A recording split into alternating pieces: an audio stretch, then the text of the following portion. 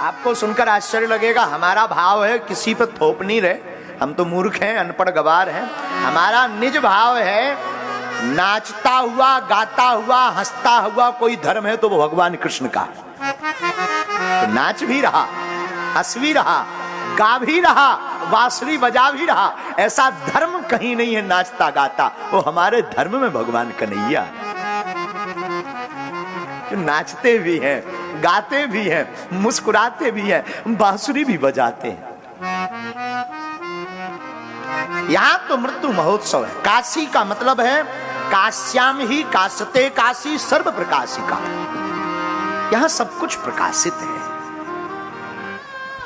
यहां आकर के सब प्रकाशवान हो जाते। बुरा मत मानना, एक आचार्य जी आज हमारी गाड़ी में बैठे हुए थे, पंडित जी, और विश्वनाथ भगवान के दर्शन करके आ रहे थे, तो इन्होंने बहुत ऊंची बात बोली, हमारे दिमाग में बैठ गई। बोले महाराज यहाँ तो ईश्वर भी काशी में आकर प्रकाशवान होता है। तो वो नगरी, जब भोले बाबा ने किसी बात पर ब्रह्मा जी पर क्रुद्ध होकर के उनका सिर काटा, तो एक सिर हाथ में चिपक गया, कपाल। अब चिपक गया तो अनेक तीर्थों का भ्रमण किया, पर उस सिर ने पीछा नहीं छोड़ा। लेकिन जैसे ही विश्वनाथ भोले बाबा काशी आए और काशी में प्रवेश किया, वैसे ही उस सिर ने साथ छोड़ दिया और भोले बाबा को काशी अति प्रिय लगने लगी। है काशी। तो शास्त्र में कहा काश्याम ही काशते काशी प्रकाशिका सर्व प्रकाशिका। ये सबको प्रकाशित करती है। कौन ऐसा है जिसको प्रकाश ना यहां मिले? सबको जीवन में प्रकाश मिलता काशी से। और काशी का एक नाम है वाराणसी। काशी वाराणसी। अब अभ्रंश हो गया, बनारस कहने लगे हैं, पर शुद्ध नाम है वाराणसी। वाराणसी 3 नदियों के किनारे से वाराणसी नाम आया है। वरुणा, गंगा, वरुणा और गंगा के कारण और 80 घाट के कारण नाम वाराणसी आया। वरुणा, गंगा और 80 बराबर वाराणसी। तो वाराणसी काशी हैं दोनों एक ही, पर यहाँ की कण कण में, यहाँ की गली गली में, यहाँ की कुंज कुंज में हर जगह शिव तत्व विराजमान, भोले बाबा विराजमान। कभी कभी हमारा मत है, हमें लगने लगता मानो विश्वनाथ बाबा यहाँ नित्य डमरू बजा रहे, नित्य डमरू बजा रहे। क्योंकि ये फक्कड़पन, ये आनंद, ये मुस्कुराहट कुछ भी ना हो यहाँ पर कुछ भी ना हो। फक्कड़ से फक्कड़ देख लेना, वो भी मुस्कुराता मिलेगा। अक्खड़पन और फक्कड़पन दोनों मिलेंगे। पर काशी में रहना है तो 4 चीजों से बच के भी रहना चाहिए, ऐसा बोला है किसी ने। हमने पूछा किसने, एक संत हमको मिले, बोले महाराज काशी में रहना है तो 4 चीजों से बच के रहना। हमने कहा क्या? बोले राड साड़ सीढ़ी सन्यासी, इनसे बचब तर रहब काशी।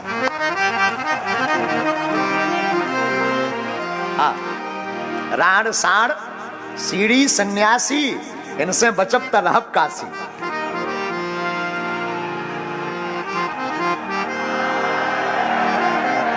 मतलब हम सही कह रहे हैं, लेकिन अद्भुत है। मोक्षदायिनी पावन तीर्थ काशी, जहां विश्वनाथ भगवान विराजमान।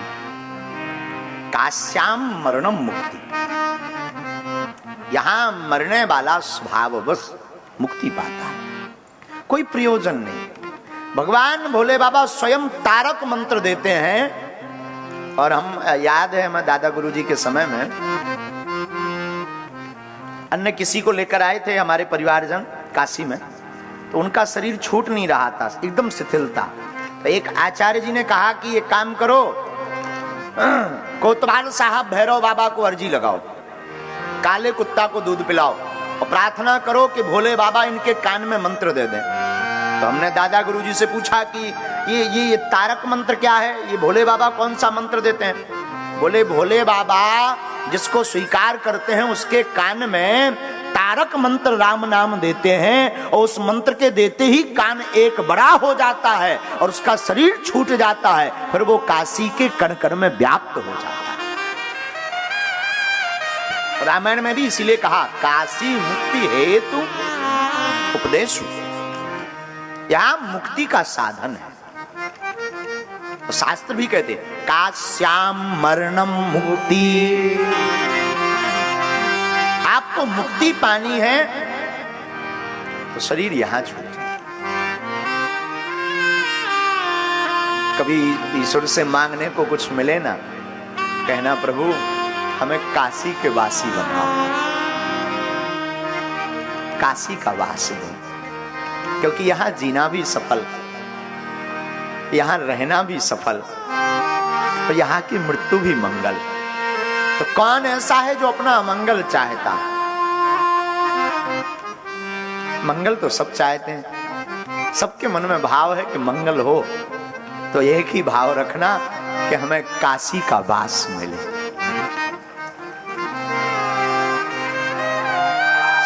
भोले बाबा को सर्वाधिक प्रिय कोई स्थान है तो वो काशी है।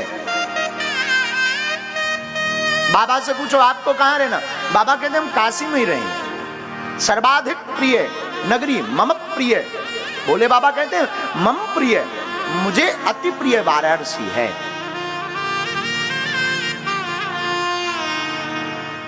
एक बात,